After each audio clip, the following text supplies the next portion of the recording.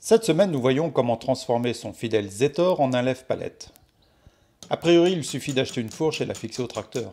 Mais bien sûr, rien n'est jamais aussi simple. Alors une fois de plus, il va falloir imaginer des solutions à la multitude de petits problèmes qui se posent. Mais à vaincre sans péril, on triomphe sans gloire.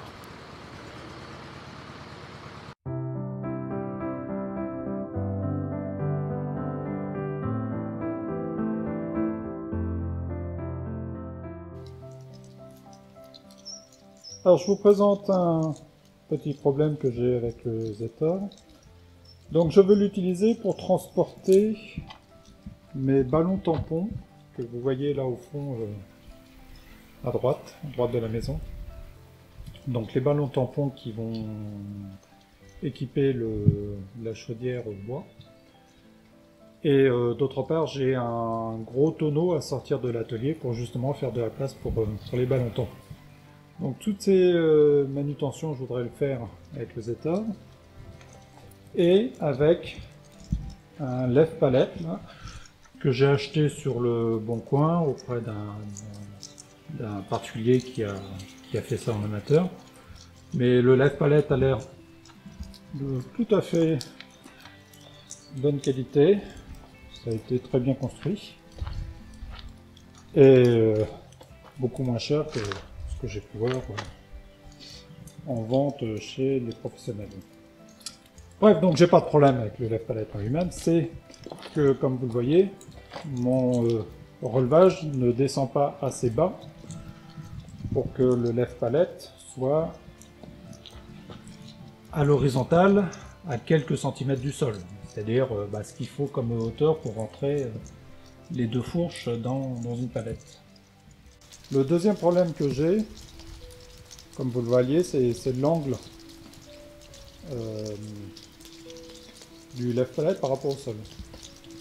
Alors ça, c'est dû à ce bras de poussée là, qui m'a été fourni avec le tracteur, mais qui est dans un triste état. Enfin, en tout cas, il a été soudé, et donc on peut plus le régler.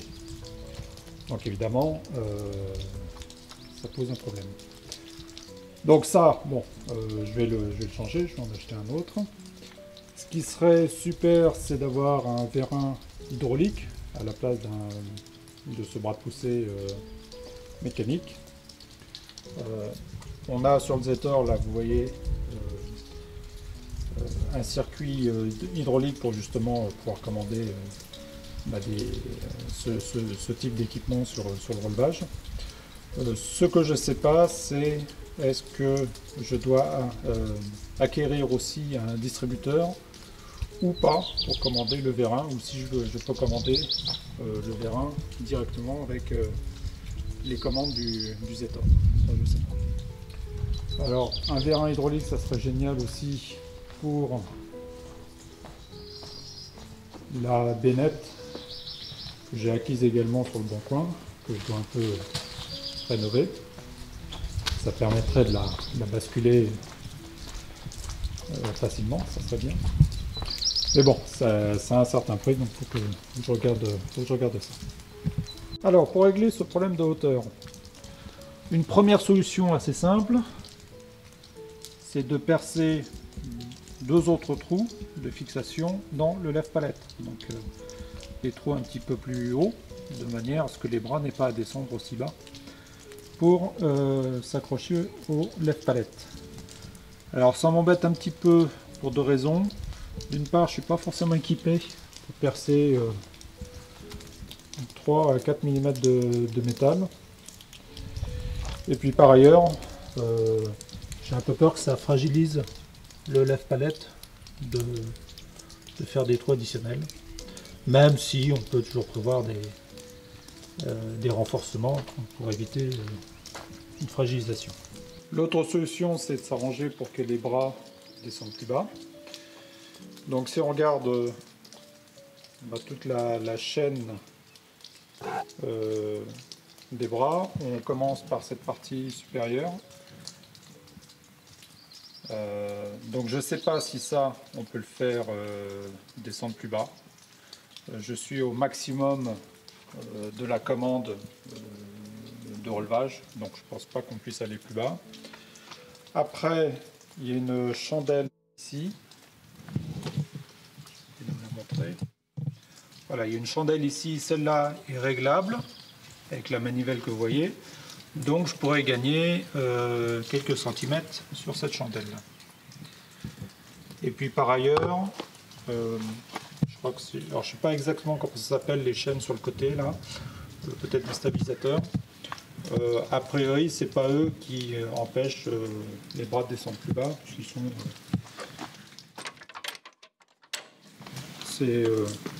ils sont pas tendus.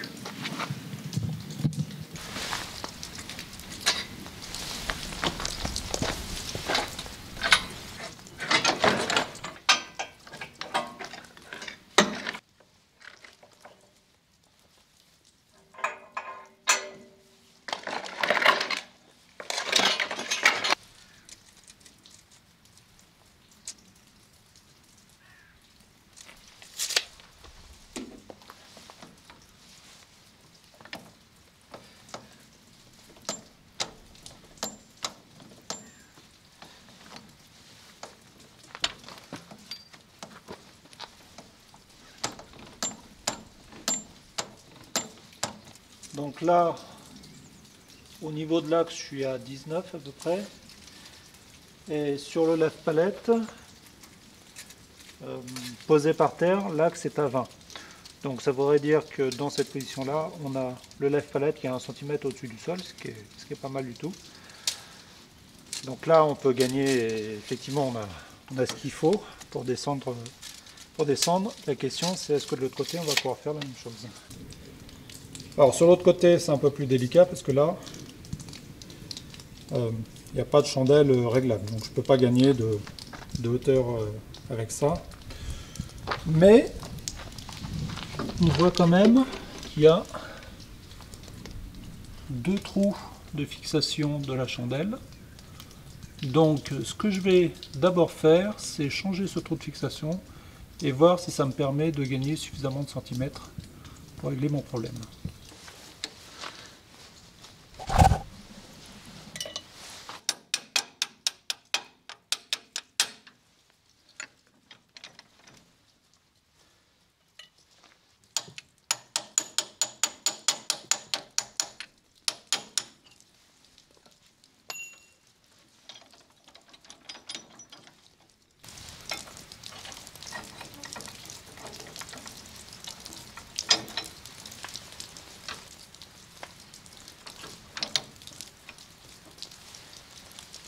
Bon, là on est à 27, alors que l'axe du lève-palette est à 20 quand il est au sol.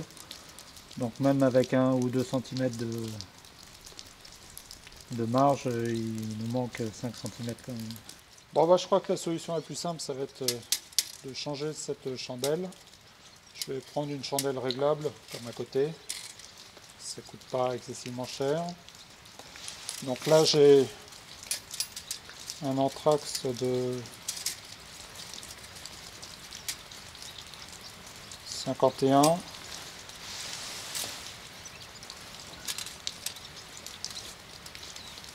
Ouais, 50 même. Alors que là j'ai un anthrax de 53.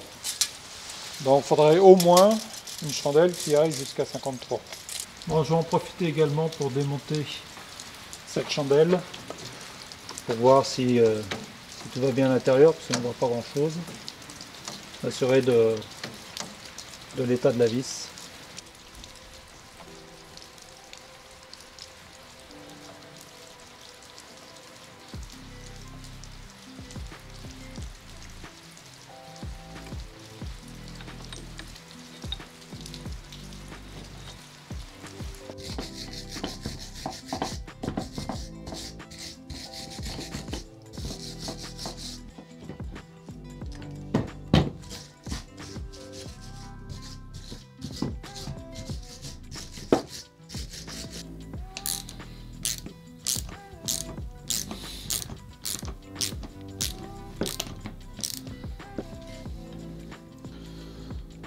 Je pense que c'est juste une protection.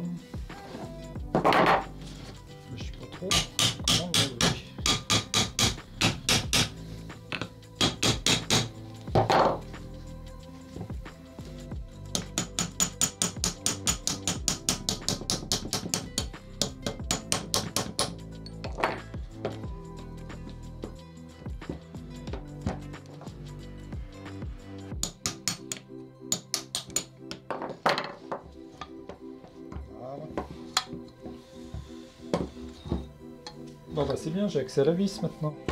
Je peux vérifier que tout est bon.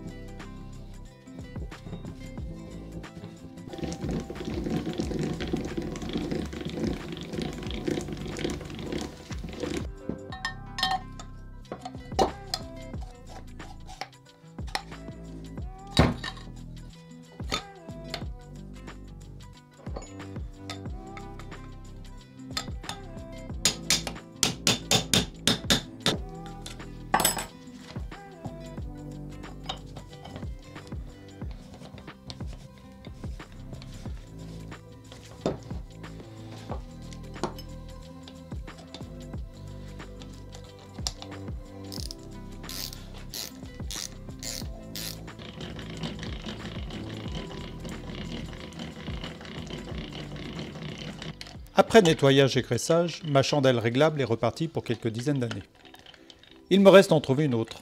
En me basant sur la référence de ma chandelle existante, je parviens à trouver une pièce similaire sur le site Beno, bien connu des amateurs de Zetor. C'est certes un investissement de 78 €, mais disposer d'un relevage que je peux positionner exactement à la hauteur que je souhaite et d'un lève-palette fonctionnel me convainc de sauter le pas. La chandelle reçue est légèrement moins massive que la chandelle d'origine, mais cela reste un produit de bonne facture. Seule petite difficulté, le trou qui reçoit l'axe est légèrement trop petit et je dois jouer de la lime pour que tout se mette en place.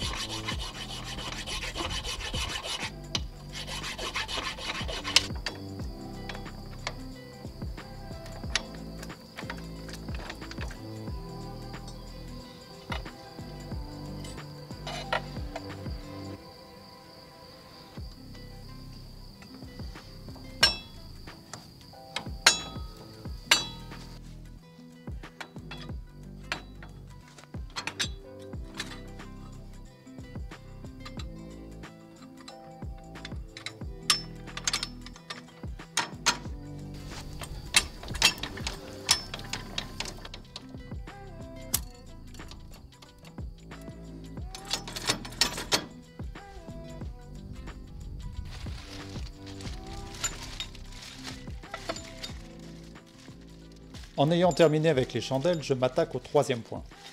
Et là, nouvelle contrariété, car la barre de poussée que je viens d'acheter ne rentre pas dans la fixation du tracteur. Vous noterez que malgré la pointe d'agacement, je réussis malgré tout à garder mon calme. Je prends donc la mesure de l'anthrax et entreprends d'adapter la barre de poussée.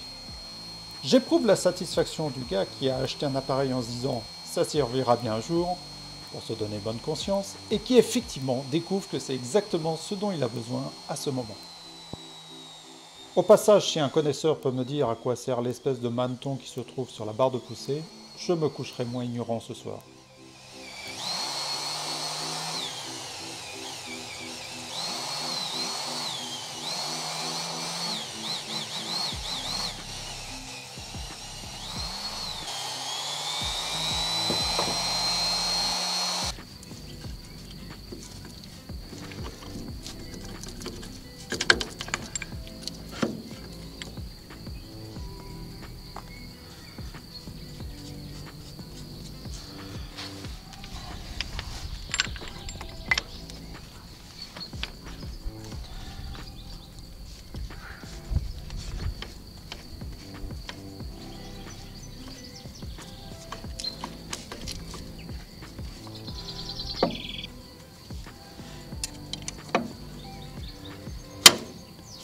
Voilà le résultat. Un lève-palette qui descend bien jusqu'au sol et avec un bon angle. Il me reste à tester ce montage avec un vrai poids à soulever. C'est l'arrivée de la chaudière quelques jours plus tard qui m'en donne l'occasion. Vous la reprenez après avec le tracteur? Ouais. Vous la voulez en large alors? Ouais, on prend.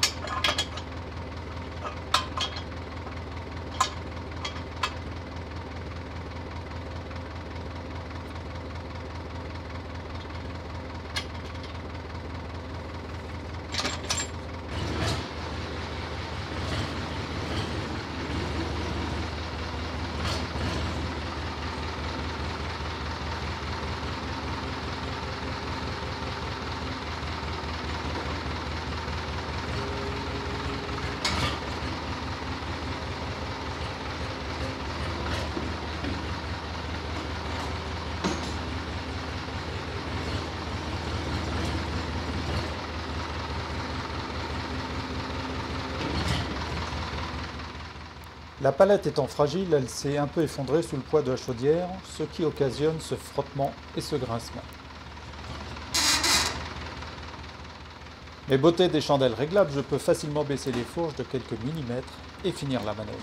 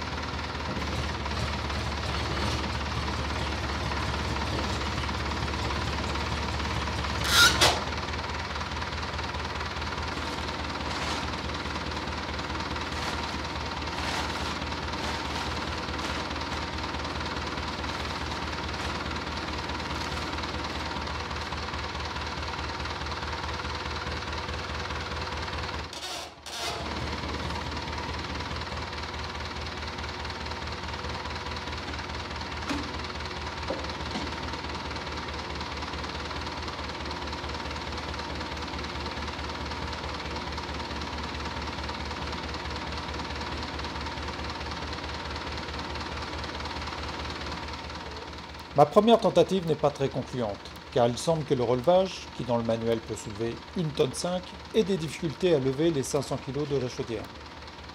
Mais je comprends rapidement que c'est dû à mon régime moteur trop faible. En l'augmentant, la pompe hydraulique tourne plus vite et le relevage fait correctement son travail. Je peux enfin déplacer ma chaudière là où je le souhaite.